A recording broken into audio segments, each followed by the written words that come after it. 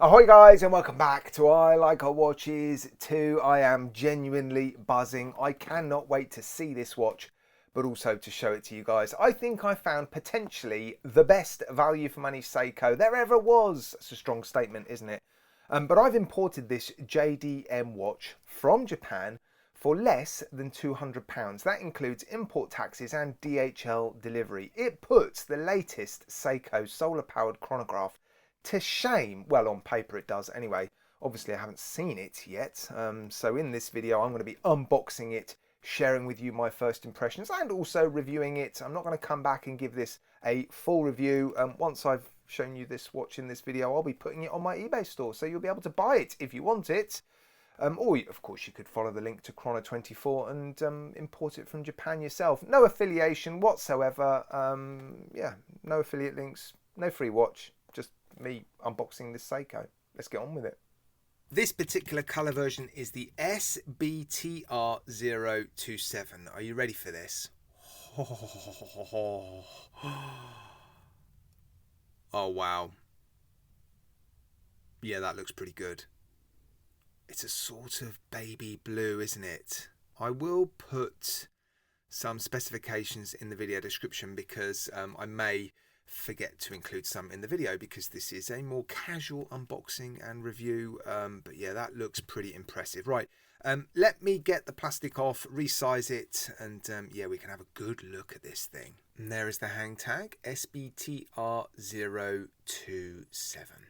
Right, and there it is. No need for me to put any power into the movement because it is a quartz chronograph. I have adjusted the bracelet. I haven't moved the hands actually, so let me just quickly do that. There we go, that's better. Right, let's have a play with this chronograph function. I'm going to start the seconds hand on the main dial. It looks to be, well, it looks like it's going to be a Mecha-Quartz movement inside. I will open up the case back and have a look. Stop, snap back. Yep, very nice. And we have a running seconds hand as well above the 6. Fantastic. You do have the 24-hour subdial, which I don't think anybody is a fan of, and you've got these 60 minutes for the chronograph at the 9 o'clock. But wow, beautiful subdials as well, aren't they?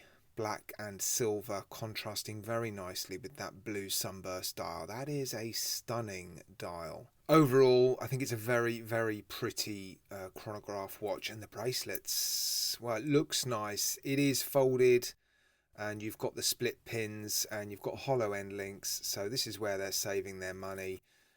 Pressed clasp look, but actually it doesn't feel particularly cheap, and actually the bracelet looks pretty good. Look at that. It actually looks very nice. A touch cheap on the end there. Look, you can see that they are hollow end links, and the hollow end links actually fit all right. No movement in that one at all. Yeah, so overall, I'm not too disappointed in the bracelet. The case finishing in the case back and the bezel and the dial, everything here seems to be really nice. Right, let's have a look at the case back. This watch was made in June 2022 and it is watch 1451 off the production line that month. There's some more specifications on there. 100 meters of water resistance, stainless steel.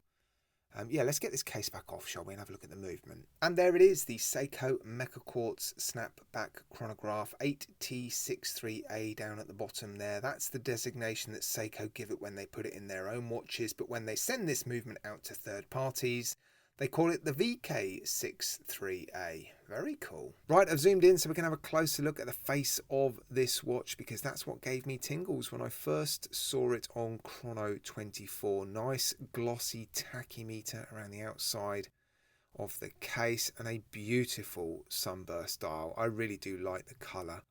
And the subdials look really nice as well. In fact, the silver part of these subdials look like they've got some sort of graining that gives them that rainbow colour effect that I've mentioned a few times recently. Very fine grooves that affects the way the light reacts to the surface and gives a sort of multicoloured effect. Very cool. There is some lume, so we'll take a look at that in a minute. High polished hands, again with some lume, partly skeletonized by the looks of it. The seconds hand on the main dial for the chronograph looks like it's standing to attention very nicely.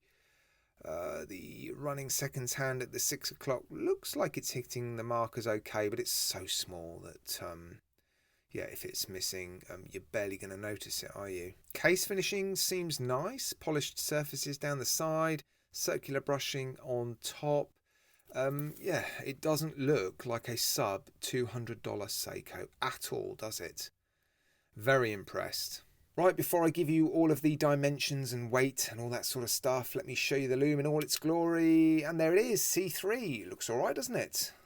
Seems like a fairly strong coverage on the hands, at least. The dots on the 5-minute or hour markers look all right as well. Right, let's blitz through all of the dimensions. Just under 40 millimeters in diameter, under 12 millimeters thick, just under 47 millimeters lug to lug, and you do have female end links, so it is going to wear very nicely, I suspect. 20mm lugs, bracelet tapers down to 17.5 and back up to 19.5 at the clasp. Set up for my roughly average 7.25 inch-ish wrist. It now weighs 120 grams, and you can tell it's a JDM watch because I only had to take out 2 links and it fits my, 7.25 inch-ish wrist. So if you've got a wrist larger than, I'd say, 8.25 inches, you might struggle to get this one to fit, unfortunately. Highly unlikely it's going to be sapphire. Yep, it is going to be Seiko's proprietary Hardlex crystal. No AR coating on it either, unfortunately.